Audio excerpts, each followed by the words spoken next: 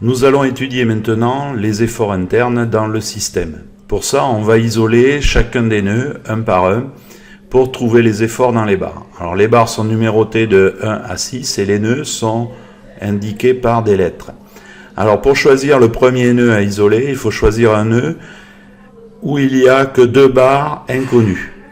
Alors on aurait pu prendre le nœud A parce qu'il n'y a que 2 barres, mais on ne connaît pas l'effort externe AX. Rappelez-vous, dans l'équation, on n'avait pas trouvé la valeur de AX. Donc du coup, le nœud qui revient, qu'on peut isoler, c'est le nœud B. Alors le nœud B, il y a 2 barres, la barre 2 et la barre 1 qui sont liées à ce nœud. Alors, on part du principe que chacune des barres qui sont inconnues sont tendues. Donc quand les barres sont tendues, elles tirent le nœud dans leur direction. Par exemple, si je prends la barre 2, elle est tendue, et donc elle va tirer le nœud vers la droite. Ça nous donne un effort en rouge, N2. Ensuite, pour la barre 1, elle est en dessous du nœud B, donc elle va tirer le nœud vers le bas. Ça nous donne l'effort N1.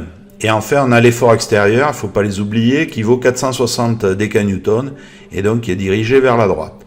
Ensuite, on écrit les équations sur l'axe X et sur l'axe Y pour trouver la valeur des efforts.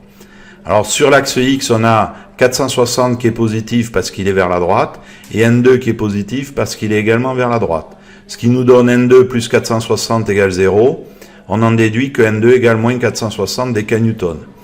Pour Y, eh bien N1 est tout seul, donc N1 est forcément égal à 0. Du coup, la barre 2 est comprimée, puisque l'effort est négatif.